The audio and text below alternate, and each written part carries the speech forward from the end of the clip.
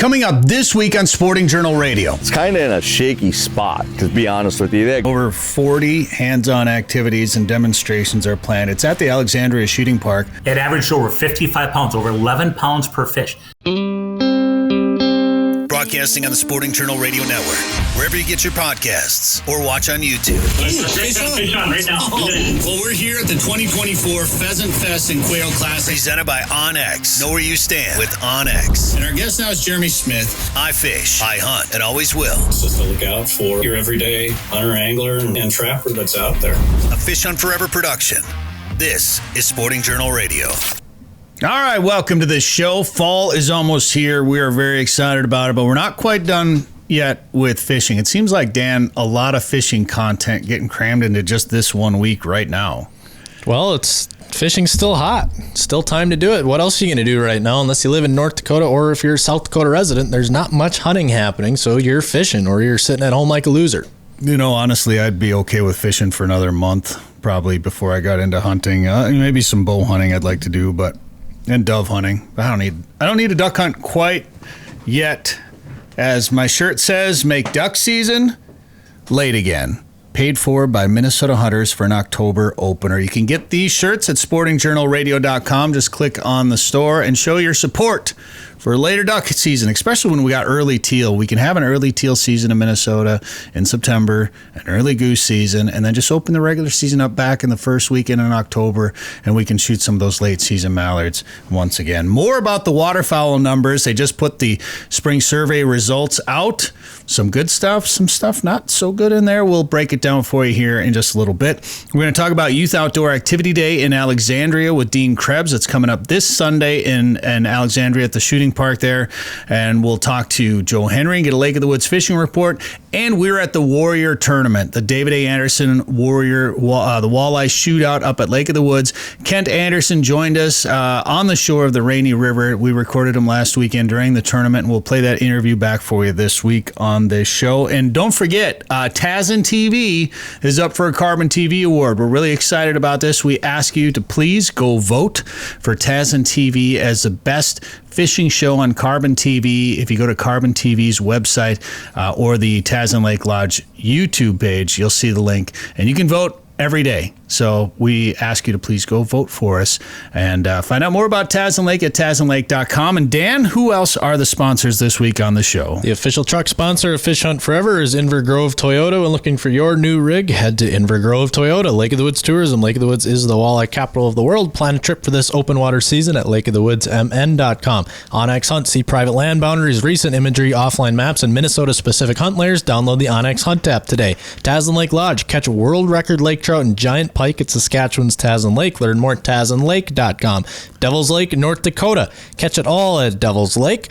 Prairie Sportsman, the new season is wrapped up, and you can watch episodes anytime at the Prairie Sportsman YouTube channel or check your TV guide for local air times.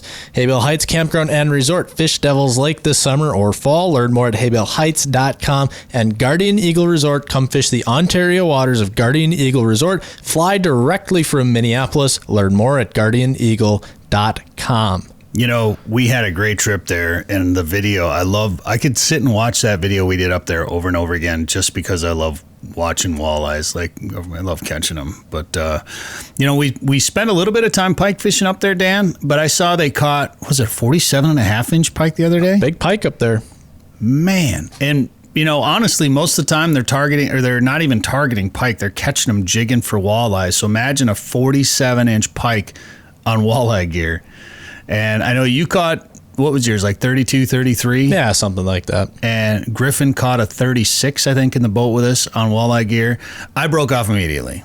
I hooked into a pike, line broke immediately. So I'm starting to think you don't know how to tie good knots. It's probably 47. I didn't tie that knot. That wasn't me. But sure, yeah, that's what I'm going with anyway.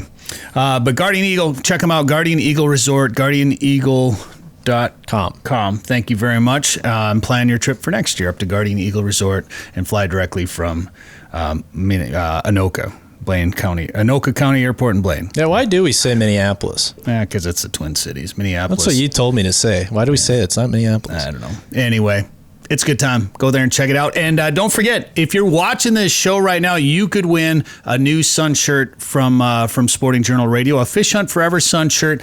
Just for watching this, that's all you got to do. But you have to go to our website, put your email address in, get registered, and then go watch this YouTube video. And each week, each show, we draw winners for all kinds of prizes. We're going to have a bunch of other prizes coming up, and we'll start doing some hunting stuff here too. But right now, maybe one more week of Fish Hunt Forever fishing shirts, the sun shirts to protect yourself out there. So go to sportingjournalradio.com because, Dan, there's a little change in the weather. It's getting hot. Have you looked at the forecast? It's a little warm. It's hot this weekend. Shocker. Every time as we get ready for duck season, it gets hot. That's why I push for a late duck season once again, because I don't like duck hunting when it's 90 degrees, which we do a lot of times during this early teal season. So anyway, some good news. Did you have something, Dan? I was just going to say, no one makes a go. Yeah, well, I make myself go.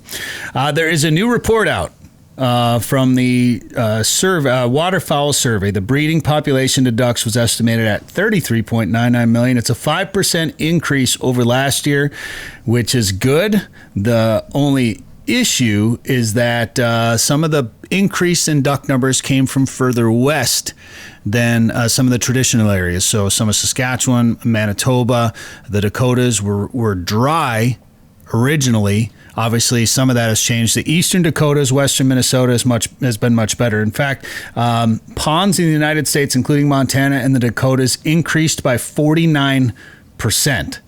Mallards increased 8%. But that's more in the north and the west. Mallards decreased in every region of the prairie pothole region, including an 8% drop in southern Saskatchewan. And Dan, we spent some time in Saskatchewan. It was pretty dry up there again this year. Fire bans as we left the province. Now, granted, that was up north, but it was I think Minnesota just got all the rain for most of the Midwest and Canada for the summer and spring. And that means good things for us. And a lot of the rains came after this survey too. So some of these numbers probably actually increased in the prairie pothole region as ducks re-nested or maybe had a second nesting. But widgeon were up 55%. Green-winged teal were up 20%. Scaup were up 16%. Gadwalls declined 11%, but here in our area, western Minnesota, eastern Dakotas, they increased by 20%. So if you're hunting in the eastern side of the Dakotas or western Minnesota, you might see more gadwalls this year. Blue-winged teal dropped 12%. Pintails dropped 11%, but there's a lot of numbers here. In the north and west, they're up 39%. And the pintail population has been the big topic of discussion this year because the U.S. Fish and Wildlife Service is implementing a new integrated hunter interim harvest strategy that will take effect for next season, the 2025-2026 seasons. And based on the 24 breeding population, hunters in all 4 flyways will be allowed to take up to 3 pintails daily next year. This year, still just 1. So just remember Follow the science. Still just 1. Chris Nicolai, he's a waterfowl scientist for Delta Waterfowl, says they're excited about this. They're managing pintails with a different measure of harvest that incorporates banding data, which has made a huge difference. They say that everybody's been overestimating the pintail harvest by a factor of 2.3 times. So that's why pintail bag limits have been so low over the years. They think they're overestimating the harvest, so we're probably going to be allowed to shoot some more pintails in the future, at least just to see how things go. But in any case, Dan, I'm ready for the waterfowl season. It's here. I'm excited. I am jacked up about it for sure. And I see there's been some geese getting shot over in North Dakota, it looks like. Yeah, I've seen a few pictures. That's a season I hope to never hunt ever again in my life. But for those of you that do it and have fun with it, that's awesome. Well, if you do go hunting and you want a new truck this year and you don't want to spend $60,000 to $80,000, take a look at the Toyota Tacoma. Starting at just $36,195, Tacoma is the #1 selling midsize truck in America, selling more than the Chevy Colorado and the Ford Ranger combined. It's better than ever and all new. They got a new one for 2024. It now tows up to 6,500 pounds, and we'll get you where you need to go for all your hunting and fishing trips. And for our listeners, we will get you $250 off the lowest advertised price and an additional $500 for your trade-in. This is just for you, the Sporting Journal Radio and Fish Hunt Forever listeners and viewers. Go to InverGroveToyota.com/FHF. invergrovetoyota.com/FHF, and we got a link on our website, and claim your trade-in voucher. Claim your trade voucher today. You have to fill out that voucher to get the deal. All right. So that's pretty good deal on a new truck. If you don't want to get the big old Toyota Tundra, you can save some money. We got some new videos, by the way. We spent some time at Lake of the Woods. We got a new video coming to the Fish Hunt Forever channel on YouTube, right, Dan? Yeah, at some point here when I get it done.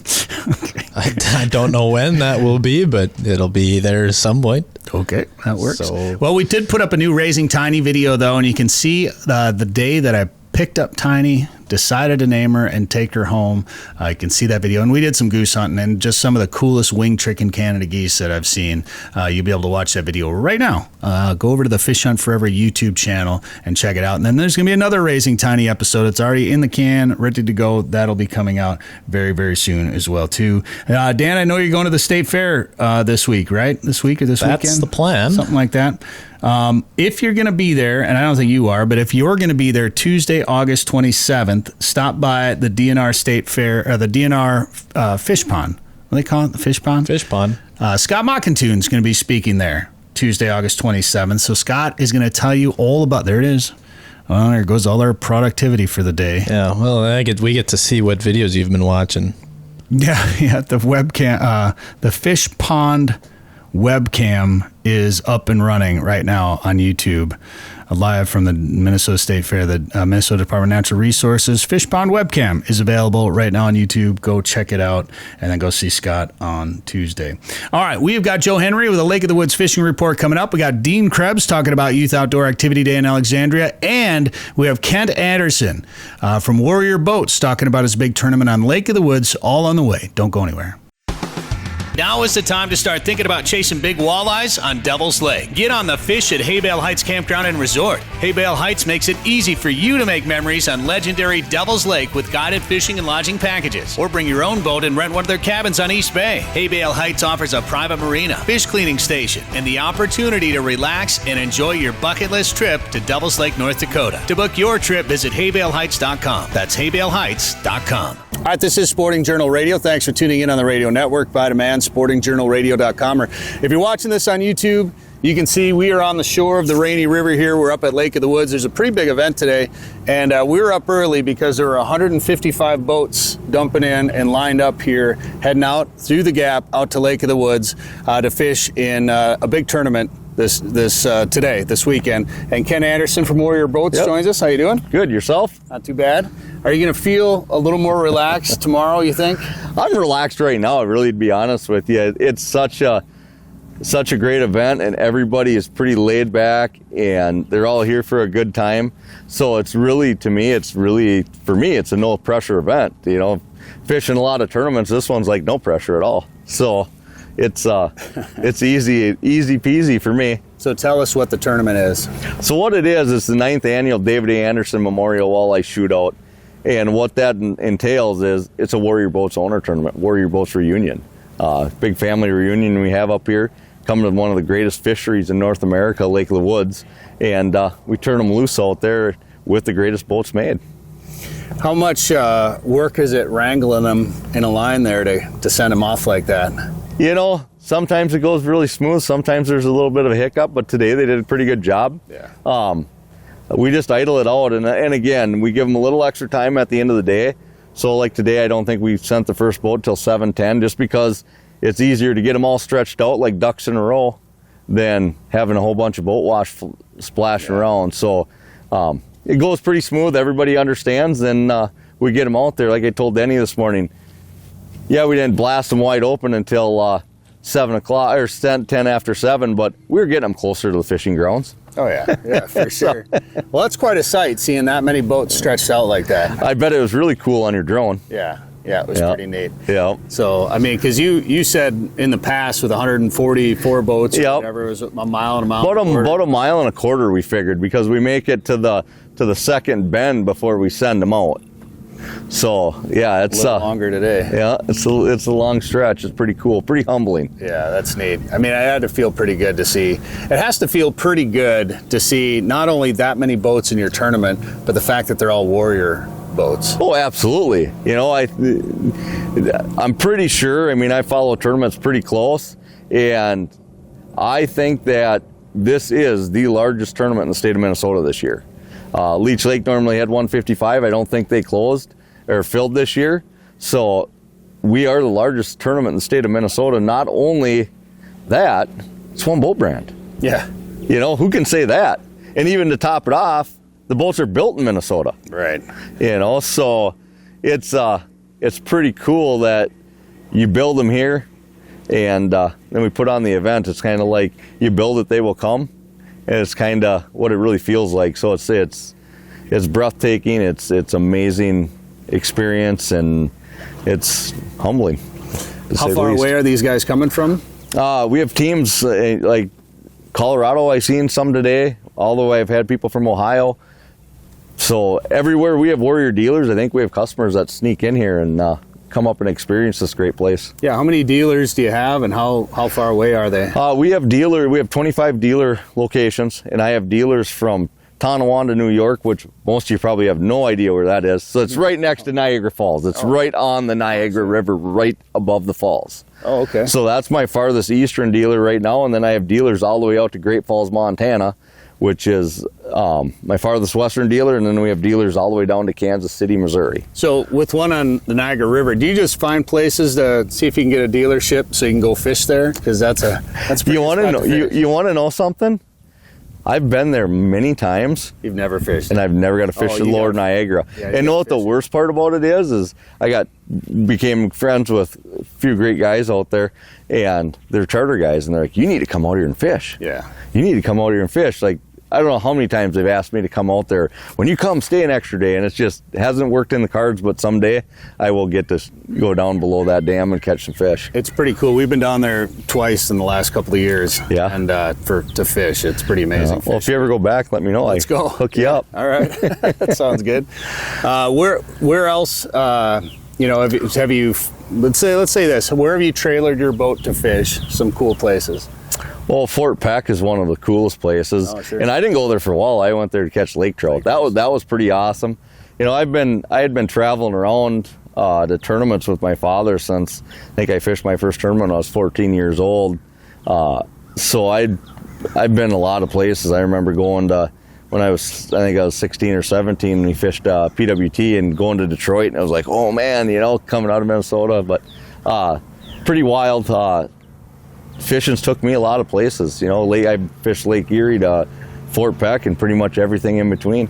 So the 14-year-old self, looking back, did you ever think that you'd be where you're at today? It was always a dream. If you were to ask my mom when I was growing up what I wanted to do, and I just always said I wanted to be a professional fisherman or be involved in the industry, and I'm here. So living a dream, and it's a job, but it's pretty hard to call it work when you love what you do.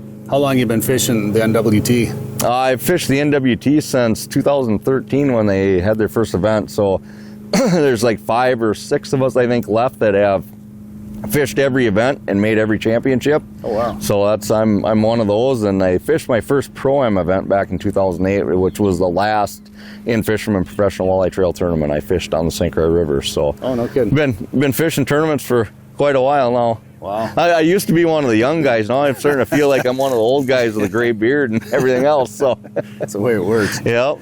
Man. All right. So what do you think looking at the NWT, what do you think the future looks like?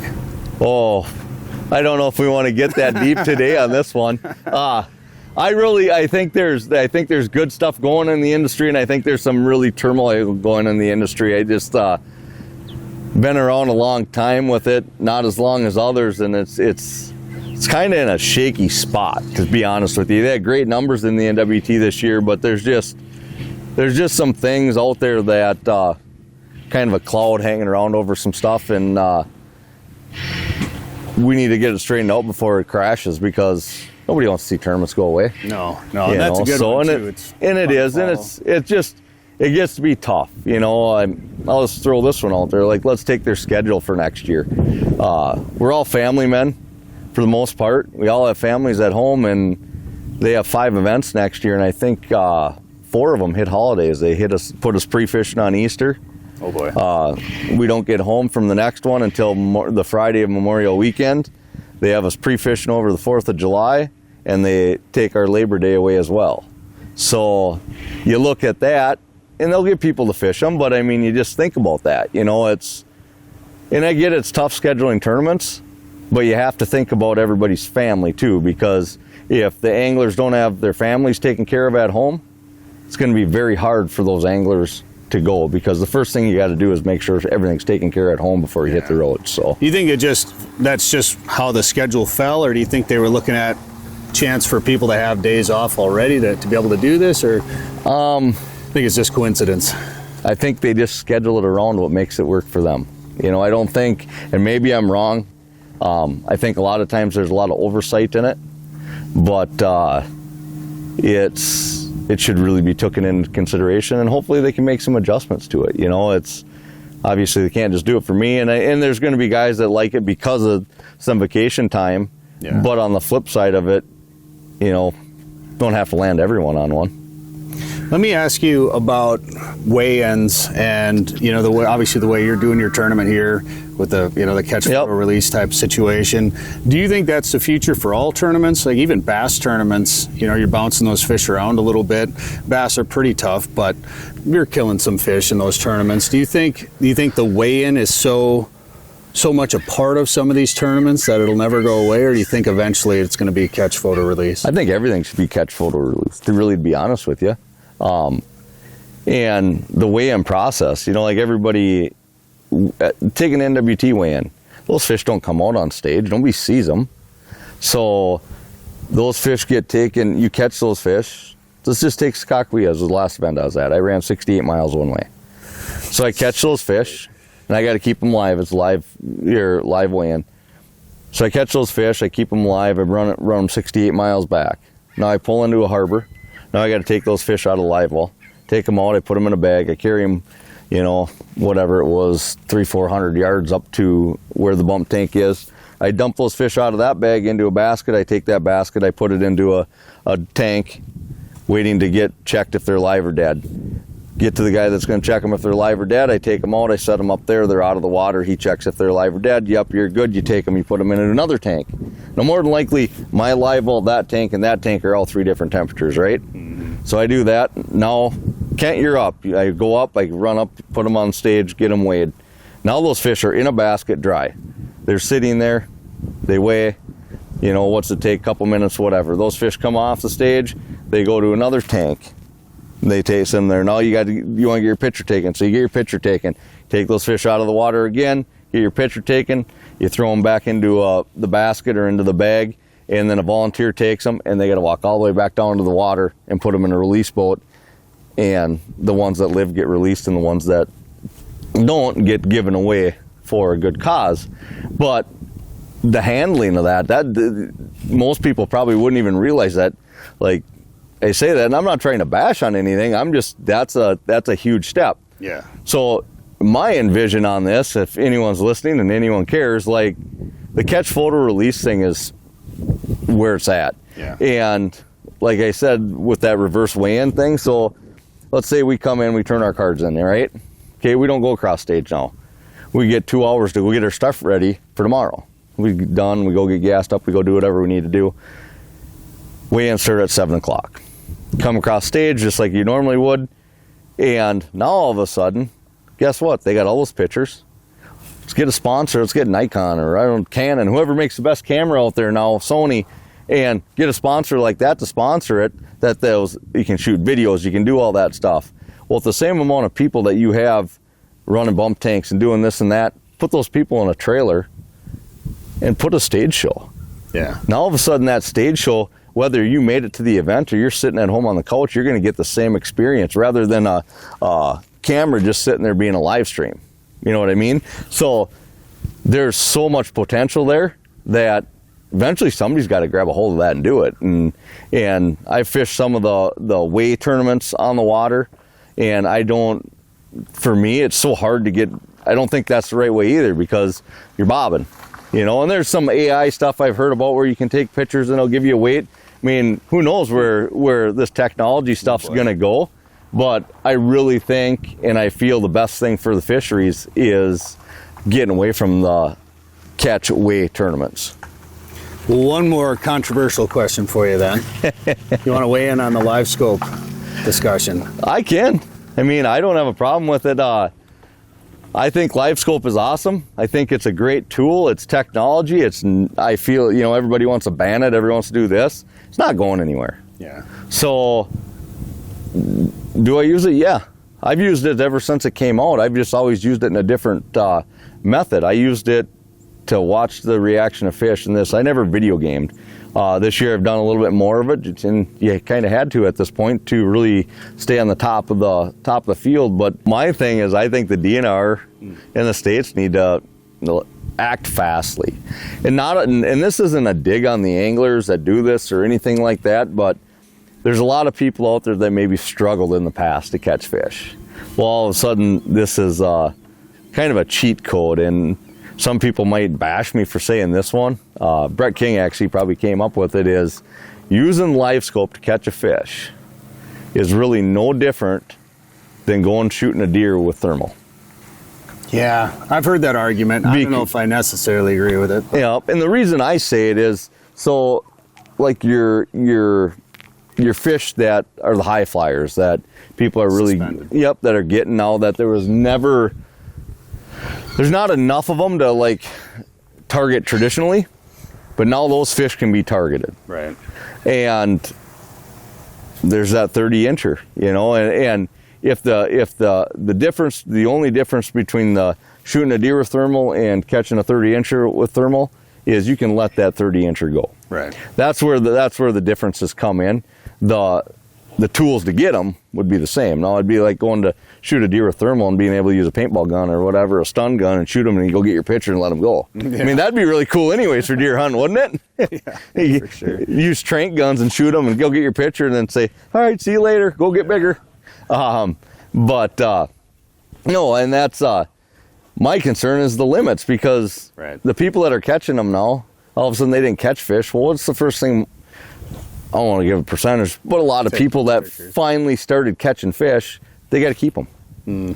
You know, because they didn't maybe catch them before, and they got to keep them and show people. And all of a sudden, maybe they used to catch a bunch of 15-inchers, and now they're catching at a body of water where they don't have a slot, and they're catching 24-inchers. Well, they got to keep them.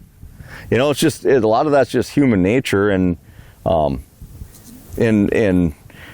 humans can't really help themselves. So we need the DNR to put some restrictions out there for us. Well, and I think thankfully that mindset is changing. I think some of the older people maybe trying to keep those bigger fish, but and as far as what the DNR, thankfully also here in Minnesota, the DNR is working on that right now. So I'm part of a technology work group with the DNR actually, trying to figure out, okay, what's happening out there? What do we need to do? Do we need to do anything? What do the people want?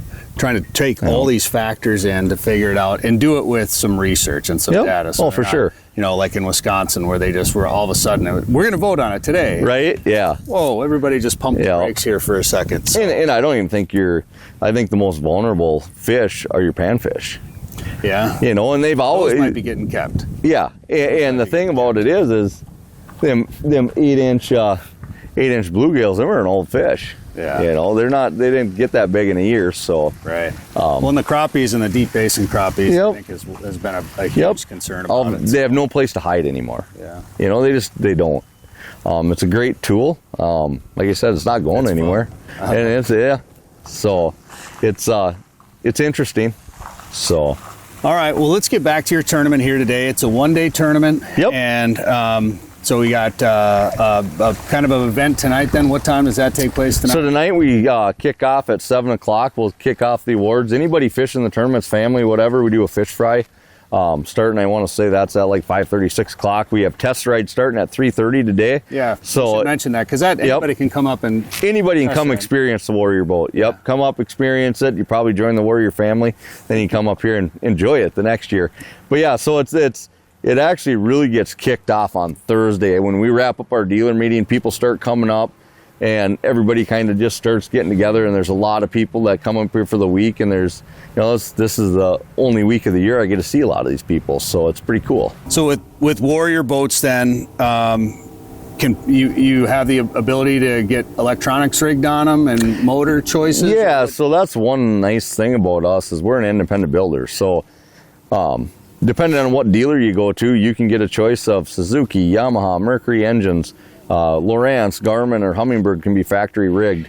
So, and we have some of the best riggers out there. Like, these guys are top notch. I can't tell you how many times I get complimented from my dealers telling me how fantastic of a rigging job, or even the assembly jobs. And you know, I got some dealers that sold other brands, and they always told me that the one great thing with Warrior is we don't have the warranty claims when the boats first come in, so they're water ready.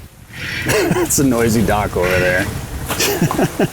We're on the shore of the Rainy River. If you're listening to this on the radio, wondering what the heck the noise is in the background. I think they forgot to sign up this morning. There's another Warrior getting in. Hey, do you remember, trying to remember what year it was, Bill Saunders bought a Warrior? Yep, he still has one with the Yamaha show on it. Yeah, was that from you? He bought it from the boat center, I want to say it was. Yep. Okay. So, well, he bought it, never seeing it. Yep. He lives on Washington. Yep. I drove it to Washington for him. Oh, did you? That's pretty cool. Small world, right? It's a really small world. Yeah. No, so he's always, and my brother, he's pretty big into waterfowl hunting and stuff, and Bill always said, hey, ever want to go hunting, just let me know. So, again, there's another one of those trips maybe someday I'll get a jump on. It's fun because, a friend of mine, Tony Crotty, used to be on his pro staff for Goose Calls, Colin. And so Bill kind of reached out to his staff and said, hey, I bought a Warrior in Minnesota. Can anybody drive it out? I'll take you fishing on the Columbia River for a couple of days. Yeah. So, and Tony's truck was broke down at the time. So he's like, hey, we'll take your truck. Like, let's go. Yeah. So we went out and drove it out, and then fished for walleyes on the Columbia one day. Okay. And he caught a 34 1/4 inch walleye. That's a giant. I've never caught a 34 1/4 inch walleye. And it's too bad that it was that time of year. It was probably this time of year. I don't remember exactly when it was, but he's like, if this would have spring or fall fish, it would have been, like 16 pounds or something. Yeah, that's crazy. That's another place I'd like to get out and check out someday. It's cool. And then the next day we fished salmon and caught salmon, which is fun. I kind of wanted to keep fishing walleyes out there. I'm not gonna lie, but it was a wild experience. I think the state record out there is like 22 pounds. Walleye and out of the Columbia, of course. Yeah. So and they're like almost like an invasive species out there. They don't like them. No. Yeah. There's only a handful of guys that fish for them. Otherwise, it's all salmon boats. And that's why he's like, I had to go to Minnesota to get one walleye boat. And we actually, I think we have a couple of them out there running around. On the Columbia River in their 2090s. Okay. So maybe someday I'll get a dealer out that way. Yeah. Yeah. Well, we drove that thing all the way out there, and then we fished out of his old boat. Like, come on. Just brought all. Didn't have it ready yet. Yeah. No, I know. No, it was. I guess you should have done a midnight rig job on it or something. Should have. So I guess that's on you. It usually is. Well, man, I really appreciate being able to come up and being able to be out in the boat with you there for the takeoff. That was. Well, I appreciate you guys coming and taking this event in, and I hope everybody that comes enjoys it, and I hope those that didn't make it can put it on their calendar when we make the dates for next year, because we want you all up here. Well, you will be able to see it on Prairie Sportsman, an episode of Prairie Sportsman that starts next season on Pioneer PBS and all the PBS stations around the region. And then obviously you guys have some social and websites and stuff. Yeah, we got Facebook. You can catch it. I don't know when this is going up, but you can see the Takeoff Friday. So. Okay, Takeoff live stream is going to be on, and our awards. Larry Smith Outdoors will be airing a show here that'll go up in a few weeks. That'll go on his show, and then Tom Boley's up here, and he's filming the event too. So we're going to get 3 different takes on this by 3 awesome people. So it's going to be great, and I really appreciate you coming up and doing this for us. Yeah, you bet. So it's the Warrior Boats Facebook page. Warrior Boats Facebook page. If you want to check out Warrior Boats, go to warriorboatsinc.com, and you can go to our dealer finder, find a dealer near you. They'll get you set up with a test ride if you haven't been in one. And other than that, All right, Ken Andersen, thanks a lot, man. Thanks a lot. Appreciate it. Thanks. Well, and if you're looking for a world-class walleye or white bass fishing destination this summer, check out Devil's Lake, North Dakota. The walleye bite remains strong even through this time of year. Catch it all at Devil's Lake. Visit devilslakend.com to learn more and to plan your trip. Hunting season will be here before you know it, and it's time to get ready for your next adventure with the onX Hunt app. Whether you're traveling in search of roosters, elk, waterfowl, or looking to score on a whitetail close to home, onX Hunt can help you be more successful this season. Route, plan, and navigate with private and public land boundaries, recent imagery, offline maps, and Minnesota-specific hunt layers. Download the Hunt app on the App Store or Google Play and join the millions of hunters that trust onX Hunt. All right, we're back here on Sporting Journal Radio. Thanks for tuning in on the radio network by demand, sportingjournalradio.com, or watching this on YouTube. We're going to talk about a youth event that's coming up. This is it's been really fun watching this event grow, and it's gotten to be a really big deal in Alexandria. And Dean Krebs is going to join us now to talk about it. Dean, how you doing? I'm doing great. The Youth Outdoor Activity Day is back again this weekend, Sunday, August 25th. How many years has this been going on now? Well, this is our 10th event in the 11th year. We missed a year because of COVID, like everything else. So, yeah. So 10th event, 10th anniversary. That's too bad. I mean, you think an outdoor event, you think you guys would have been able to get away with it. But that's for another podcast, another day. That's another podcast, yeah. No, this is great. And that just briefly, how many kids do you think were there that first year, and how many kids are you expecting this year? Well, the first year we did this, we put this thing together, and we got a bunch of local groups to put on different activities. And, I went into this thinking, man, I'd really like to have 100 kids. And that anything less than that's going to be a little disappointing. 150 would be really feel good. We had 542 that first year, which just blew our minds. And what it really said was that, hey, there's a lot of need for this, and people want to do this type of stuff, and they want to try different things in the outdoors, and they really don't have an avenue to do it. And so, by year 5, we were up around that 2,200 mark in terms of number of kids that participated. And then last year we were at 2,875. So, we're knocking on the door of 3,000 kids, and with parents and volunteers, close to 5,000 people that day. That's crazy. That's great. And over 40 hands-on activities and demonstrations are planned. It's at the Alexandria Shooting Park. Probably working with Steve Gould now, I suppose, up there. And, what a great... What's that? Yep. And Go ahead. Tyler Notch, Steve, there's 4 owners there, 5 now, and they do a fantastic job hosting us, and we're actually up to 54 different activities this year. Oh, wow. That's great. Well, I want to kind of talk about what some of those activities are, and I mean, just overall, that's just such a great place to host this event, isn't it?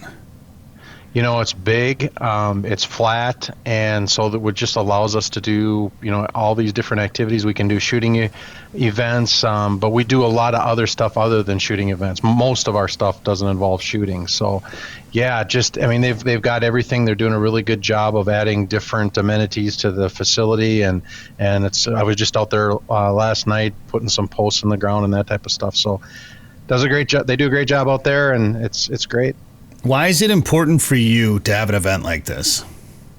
Well, this all started. My kids, I have a couple boys. They're sophomores now, but back a long time ago, we're a big outdoors family, and one of my sons, we were outside and had to go to the bathroom really bad, and he came inside and the TV was on, and he ran right over, and the TV just sucked him in, and there he sat on the couch, and I'm like, geez. If that happens to my son, what about these kids that don't ever get a chance? They don't get to try ATV riding or look through binoculars or bow fishing or something like that. These people are just the kids are sitting on the couch playing video games or watching videos or whatever it is. They don't get that opportunity. So, that it's important to me to get kids out in nature. There's so many benefits from it that's why this all started, and with the support we've had, it's a lot of people feel that way. How many people are involved in putting this on? Well, that's a good question. You can slice and dice that a couple different ways. So we have 10, 12, 15 on our committee that meets not quite year round. We'll start right after the first of the year, and we're really the ones that, all the behind the scenes work and the organization and stuff. But then when it comes that day, I think I ordered close to 400 volunteer T-shirts this year, and they'll all be given out. So we're 300 and some volunteers that it takes to put the whole event on. We should mention that this is a free, and maybe you did mention it already, but this is a free event for people, and you just want families to come out. Come out, bring your kids. It's not going to cost them anything, and then there's a ton of stuff for them to do there. Not only their families, but grab another kid, fill up a minivan with kids, and bring other people. Look for those kids that don't get a chance to do this type of stuff, and bring them with you. You come out there. Every kid gets a free T-shirt. You can't get your wallet out in any way, shape, or form. We do not even accept donations that day. So everybody gets free lunch. Everybody gets free ice cream. We've got 4,000 to 5,000 pieces of sporting equipment like fishing rods and bows and arrows and BB guns and butterfly nets and that type of stuff, binoculars to give away to kids to, make sure that they have the equipment that they need to enjoy the outdoors. And this is let's talk about some of the different activities. What can people expect there? So we have archery and we have ATV rides. We have axe throwing and BB gun shooting, and we got a binocular scavenger hunt. I think I mentioned bull fishing already. Kids are going to be able to shoot Nerf guns out of tree stands. We've got a climbing tower, climbing wall.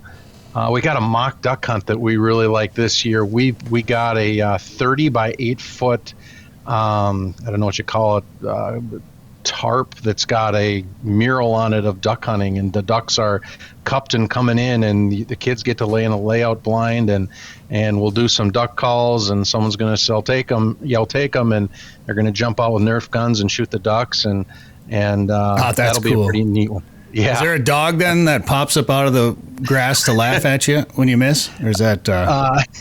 Yeah, we'll have a gallery of people that laugh. Yeah, absolutely. No, that's really neat.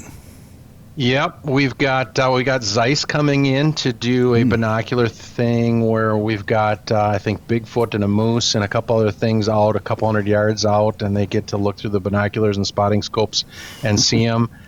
We've got fire building and we've got fly casting. Fly fishing isn't huge right here, although Viking Sportsman did put trout into Spruce Creek here in northern Douglas County, so people actually can do that now in our county, which is kind of rare in this part of the state. Yeah, interesting. Yep. So we got geocaching, we got a mock blood trail, outdoor cooking, snowshoeing. What we do is we go get a trailer load of straw, and kids get to strap on the snowshoes and tromp around in the straw and see what it's like. And we can touch on that when we talk about the gear library. But that snowshoeing is becoming a real sought after activity. I was just going to say, I think doing a mock blood trail, I think that's really interesting because that's such an important part of deer hunting in particular, maybe archery hunting, maybe even sometimes a little bit more, but teaching people how to follow a blood trail, teaching those kids how to do it, that's pretty important, I think. Yeah, backcountry hunters and anglers put that on for us. And so the way our model works is that all the activities are provided by some group, and that could be a conservation organization or a local business or some type of service group or whatever it is. But they come out and they put on their particular activity where they're experts in it. And in this case, the backcountry hunters and anglers, they go out and they lay out a blood trail. And at the end of it, I think, is a whitetail fur or bear fur or something. And the kids got to find that. But they really talk about the points of, what are we trying to do? And, don't walk on the blood trail. And where do we think this is going? And where would the next one be? And, just trying to walk them through the process that you would use when you're actually trailing a real deer. This is neat. And honestly, some of these things, I think I would just want to come and do them, I think it'd be kind of fun. Yeah. Yes. Yep. We have a lot of times we've got to shoo some of the volunteers away. It's like, all right, it's the kids' turn now. That's pretty neat. What do you some of these kids have a full day of this? What do you hear from them, or what do you hear from their parents after it's over? So we get a lot of hits on our social media right after the event, and a recurring theme is my center daughter went out there and loved archery shooting. We've never done archery shooting, so we stopped at a local sporting goods store and bought a bow and arrow and a target so they could shoot, and that's a big win for us. And so we get pictures on our social media, but people are really, they're excited. We try and tie the parents in as well. It's really a family thing. So there are some things like trap shooting where we want the parents to shoot with their son or daughter, and we typically do over 100, sometimes as many as 200 or close to 200 parents that are not shooters that we're introducing to shooting for the first time or one of the very few times. So not only is this a youth event, but I don't know if there's many events out there that are introducing 150 adults to shooting for the first time. Yeah, that's great. Well, everybody talks about what can we do to get more people into the outdoors, kids and adults at the same time, and here's one of them. It's coming up Sunday, August 25th, Alexandria Shooting Park. What time does it start? It starts at 10, goes till 4. 10 to 4. All right. That's very cool. Youth Outdoor Activity Day. YouthOutdoorActivityDay.org is the website to learn more about it. And you're asking people to register for the event, or can they just show up, or how's that work? They can, but we want them to register. They're going to have to register NOA when they're in line or whatever. So it's much, much easier to go on and register, print that thing out, and that allows us to keep track of everybody's information. We can send them a note that for next year when we're having the event and that type of stuff. And it gets we got to be able to count how many kids we have. We got to have some idea how many T-shirts to order next year and how many. Right. 5,000 hot dogs I think we ordered this year. Oh wow. Well, it's a good thing Dan's not going. You'd have to order 6,000. And ice cream. And that's right. We have free ice cream. Yes. All right, I'm there. Dan's going. I'm going. For sure. Better put another order in for ice cream right now. Youth Outdoor Activity Day. Is there something else I wanted to talk about? Because I thought this was pretty interesting. If you're doing more than just this event to get people into the outdoors and helping others spend more quality time in the outdoors, you have who's doing it? There's gear available to borrow, to rent? How does that work? Yes. So Douglas County Pheasants Forever, Viking Sportsman, and the Alexandria Public Schools have partnered together to do what we call a gear library. And it's open to the public, so anybody can do this. They can come in and for a minimal fee. We want to have a credit card on file just in case the equipment doesn't come back. But I don't think anything is more than $10, and most of it's like $1 or $2 or $3. But we've got stuff for hunting, fishing, camping, ice fishing, biking, bird watching, kayaking, you name it, fat tire bikes. And it's just so people can get out and enjoy the outdoors. So they may go to Youth Outdoor Activity Day and find something they like. Let's take snowshoeing example, because that's probably the best example. And they can come and they rent a 4 or 5 pack of snowshoes, and they go out and try it that winter, and they love it. And then they can go invest in snowshoes themselves. But it's a little hard. You got a family of 4 or 5, you're gonna drop $400, $500, $600 on snowshoes. That's kind of expensive to not know if you really like it or not. So you come to the gear library, you try it, you love it, and you go ahead and then you can make the investment of having snowshoes yourselves, or cross-country skis, or ice fishing. We have an ice fishing event for kids in the winter as well. And we've had a number of people that have went from that. They went to the gear library, rented the ice fishing package, went out a few times, decide they love it, and then they go do their own thing and get their own equipment.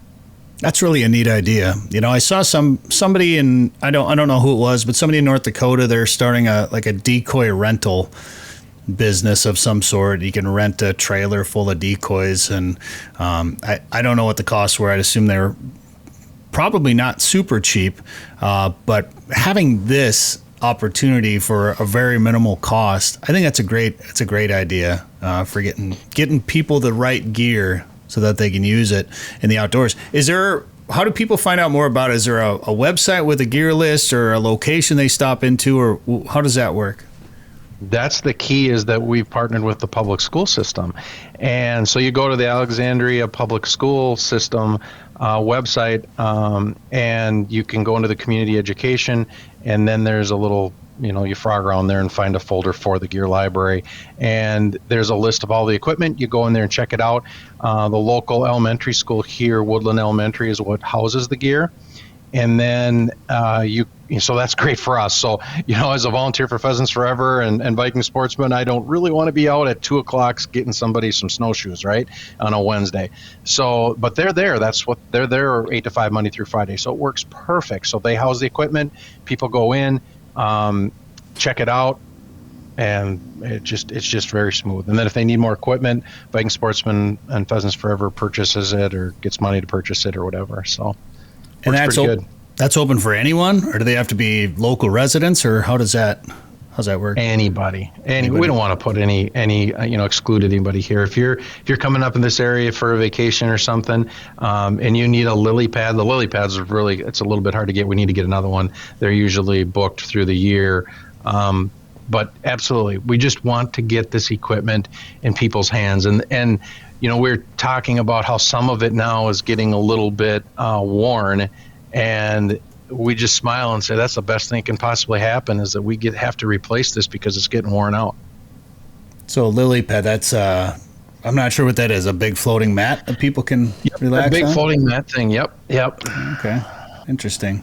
Very cool. Well, I think that's a great idea. I think you guys are doing a great job of introducing the outdoors to people. Good luck with the event. It's the Youth Outdoor Activity Day, Sunday, August 25th. So it's this weekend, and it is, what did you say, 10 to 4? 10 to 4. 10 to 4 at the Alexandria Shooting Park, and, of course, that gear library up there as well. Dean Krebs, good luck this weekend, and thanks for the time today on the show. Yeah, thanks so much for having me. If you want to catch a big walleye, go where the big walleyes are. Lake of the Woods is the walleye capital of the world, with a variety of resorts and lodging facilities offering full-service fishing. Lake of the Woods is also home to sturgeon, sauger, perch, trophy pike, muskie, smallmouth bass, burbot, and more. Plan your trip to Lake of the Woods today. Go to lakeofthewoodsmn.com. That's lakeofthewoodsmn.com. All right, this is Sporting Journal Radio. Thanks for tuning in wherever you're getting this. Maybe it's a downloadable podcast. Maybe you're watching this on YouTube. Thank you very much. Joe Henry from Lake of the Woods Tourism joins us now to talk about a fishing report up at Lake of the Woods and some events that are coming up, some events that have taken place. And Joe, we spent a week up there with you last week, had a great time. And when we spoke last week, we were pretty much halfway through our week up there. And we had some tougher weather while we were out there fishing. We still caught our fish, had a huge fish fry that night. But then the weather got a little bit nicer on the second day up there, Joe. It did. Well, if you remember, the last time I filmed with you, we were at a cabin at a resort up on Lake of the Woods. And I just got done cutting about probably, 35 or 40 fish or whatever it was, walleyes and saugers. And we cranked out that radio interview over a couple of what they called Diet Cokes. I can't remember what you called those. But, sure.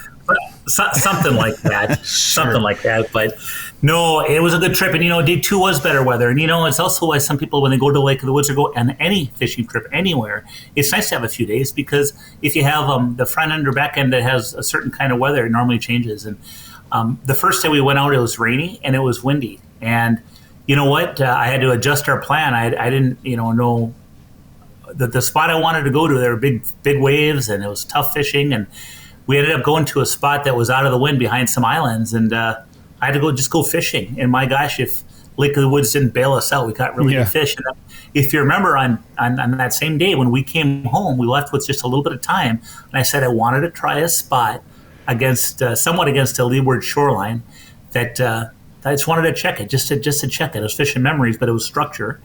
And it was in the Knighton Bridges area of Lake of the Woods, which are islands on the east side of Big Traverse Bay.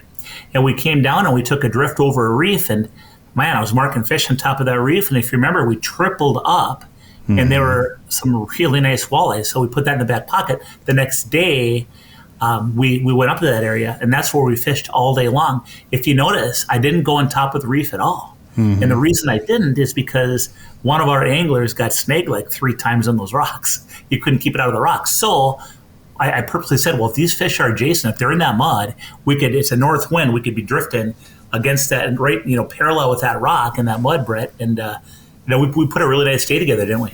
Yeah, we did. I mean, we caught a limit of fish.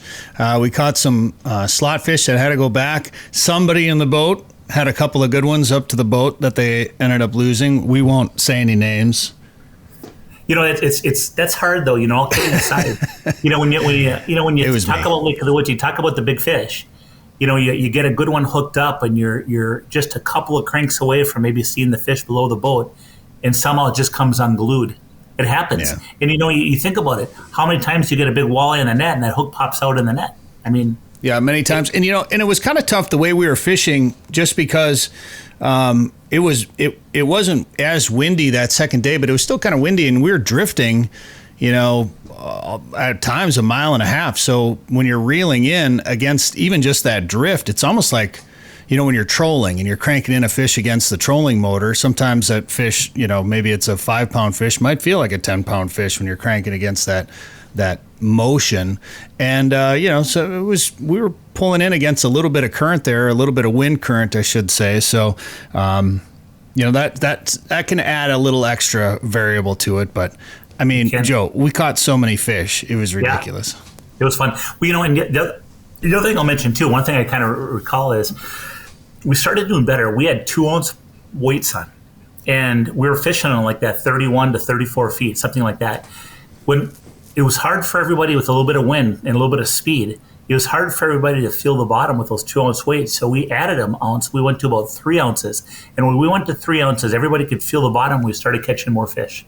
Yeah, I think I had 4 ounces, but I was on the other side trying to stay in front of the guys on the other side of the boat. So you were fishing under the charter boat as we drifted sideways, and you wanted to stay short because the guys in the other boat were a little bit longer, and you keep your lines spread out right apart. Yeah, and it worked. Once we got it figured out, it worked out pretty well, and and it was fun to see. Because not all those guys had done a ton of fishing, and watching them just pull in, a bunch of walleyes was a lot of fun, Joe. Well, isn't it as a guide? And I, as you saw, I hardly fished, but as a guide, it's so much more enjoyable at this point. I've caught many walleyes, and I still enjoy it. But I mean, it's so much more enjoyable to watch somebody who doesn't catch walleyes go out there and get a tug on their line and set the hook and have the rod bend and see the smile on their face. And this isn't, I'm not trying to be goofy, but I mean, it's cool because there's authentic emotion when you scoop that nice walleye up or that sauger. One of the guys in Mojal's got a nice pike, and that thing was rip and drag. And I mean, it's just, it's enjoyment, isn't it? And there was some authentic emotion coming out of Giles on the boat too. Oh, good God! I kept saying it. I apologize, guys. He didn't take his medication today. Now it's a good time, Joe. And look, nice perch. We caught nice saugers, nice perch, nice pike, nice perch, and some nice walleyes. When you fish on Lake of the Woods, you get a good chance to catch a multi-species. And what amazed me is, of course, so we did that second day, caught a bunch of fish, cleaned them up, and then we both ended up over that David A. Andersen Memorial Walleye Shootout rules meeting that night. Yeah. And so Warrior Boats has their tournament up at Lake of the Woods, and they had 155 boats this year. The biggest number of boats in a tournament in Minnesota all year long. And I'll tell you something. Under that tent, Brett, I think you could agree with me. There is some of the best sticks and walleye fishing in the world. Yeah, there were a lot of tournament guys. Tom Boley was there, who's a big YouTube guy now, great angler, of course. And Ken Andersen, of course, NWT guy. He's kind of organizing everything and is a big part of it. And a lot of other guys. We interviewed Aaron Templin for Prairie Sportsman while we were up there. We've known Aaron for a long time. And then we interviewed this husband and wife couple from Cloquet. It was kind of funny. I was walking around. I think you were talking to the husband, and and then somebody pulled you away. So then I started talking to him. He's like, yeah, I'm here fishing with my wife. I'm like, it was just kind of neat that they're all warrior owners. And some of them are just, I'm not going to call them weekend warriors, but some of them are just people that like to go fish, and they just happen to own Warrior boats, and they're going up against some of these hardcore tournament anglers. So it's an interesting tournament that matches up a lot of different people from a lot of different areas, people coming from all over the country, and the winners had a huge bag, Joe. They had 5 walleyes that averaged over 55 pounds, over 11 pounds per fish. With full disclosure, when they do the conversion from inches, because what they do is they use the AIM format, which is catch, record, release. So what they do is they put that walleye on a bump board, on a ruler, take a picture of it, and then they hold up the hero shot. And once they know they have those 2 pictures solid in the camera, then they let that walleye go. And I'll tell you, sure feels good when you're fishing a tournament to let a big walleye go and swim away, and you still get credit for it rather than beating up in a live well. Now, with that being said, they have a conversion chart. So if you catch a 31-inch walleye, it converts it to pounds, and their conversion is a little bit liberal. I'd say it's a little bit heavy, but nonetheless, 3 of their 5 walleyes were over 30 inches. Yeah, I mean, you want to talk about amazing. There's a 31.75 incher right there on the screen if you're watching this on YouTube. But I tell you what, they caught some monster walleyes, and I really believe that a lot of the anglers that caught those monster walleyes were sharpshooting them with forward-facing sonar. They were, and I know, I'm trying to remember, I was trying to look it up here, but one of those guys that was on the winning team had never caught a 30-inch walleye before.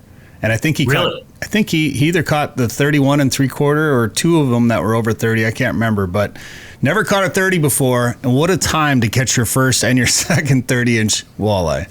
Well, it brings me back. And the old Forrest Gump saying I always say, you want to catch your monster walleye. That's right. You might want to start thinking about fishing on a lake that has a lot of monster walleyes. But those guys are good sticks. It was interesting. You talk about, there's people out there that are fishing that are pros, and they're out there to win that tournament. But there's also people out there that just want to be part of that warrior culture. They're part of the friendship, the camaraderie, getting up to Lake of the Woods, all that stuff, right? And it's really neat. I had a friend of mine from high school came up to me, "Hey, Joe Henry." I'm like, "What are you doing here?" "I just bought a Warrior boat." No freaking way. Bought a brand new Warrior boat. He was asking, "Where should I go fishing?" We went up to Garden Island yesterday, first time I've been on the lake. What? And so, it just goes to show that not everybody is so hardcore about fishing, but they want to get up there and participate in that camaraderie, that culture. And everybody was rubbing elbows very nicely, It was a really neat event to watch, and of course, we had a chance to talk to Ken Andersen on the show quite a bit about it as well. And coming up, Joe, we just have a couple of minutes left here. You got another big event for the veterans coming up at Lake of the Woods.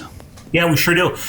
So next week is going to be our paid forward event, and it's a 10th annual formal event. It's actually our 11th year if you take into account COVID, where we just brought out a couple of boats of veterans. I guess we should count that as one of them. So technically it's our 11th year. And, Paid Forward is our veterans event where we, the purpose of it is to honor, recognize, and celebrate all veterans. Really a neat deal. It's a 3-night, 2-day fishing trip. Our veterans go on charter boats and fish. All the fishing, rod, reels, tackle, bait, lodging, food, everything's paid for. All you have to do is get yourself up there. We try to make it so it's first-time veterans, meaning we try not to have veterans come a second or third time just so we can fit all the veterans in and give them some exposure to this event. We have guest speakers. We have camaraderie in the boats. And, Brett, I got to tell you, every year there's magic. I think part of the magic certainly is putting 6 veterans on a boat together and the good meals and the good speakers we have to set the stage. But the true magic is veterans spending time with other veterans. There's always magic in this event, and I would just say that if there's any veterans that would want to apply for the 2025 event, we normally have it. You arrive on a Monday, you have a good dinner. Tuesday, Wednesday, you fish with dinners and speakers and stuff, and then Thursday you have breakfast and head for home. 3-night, 2-day, but it's going to be the week before Labor Day next year, just like it is this year. And if you want to find out more about our Paid Forward Veterans event, it's the website is Pay It Forward, LOW, for Lake of the Woods, Pay It Forward, LOW.org. And all the information is on there. So you can certainly apply for next year if you've never attended that event and you're a veteran. such a great event. You know, those veterans events are just so important, and every one I've ever been to or been a part of, you just see what it means to those guys, and it gives you another opportunity to say thanks, which you can never say thanks enough, in my opinion. So our guys and girls, and this is a veterans event, but we also, I know you do too. We love our men and women in blue, our first responders. They don't get enough credit, especially in today's world. We have a shortage of police officers, and you know what? Kudos to you guys and gals if you're out there and you protect and serve in any way, shape, or form. It means so much to our country right now. Absolutely. Well, you'll be able to watch. I believe you got guys filming that event for a TV show. Great. Is it Midwest Outdoors? Greg Jones with Midwest Outdoors will be up filming, and that normally airs right around Veterans Day.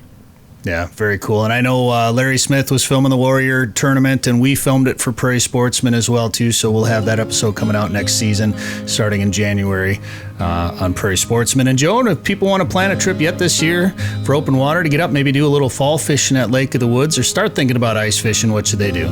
Fishing has been excellent. Hey, simply check out our website. It is lakeofthewoodsmn.com. Sporting Journal Radio is a division of Macaba LLC. If you've got a question, comment, or story idea for us, send us an email.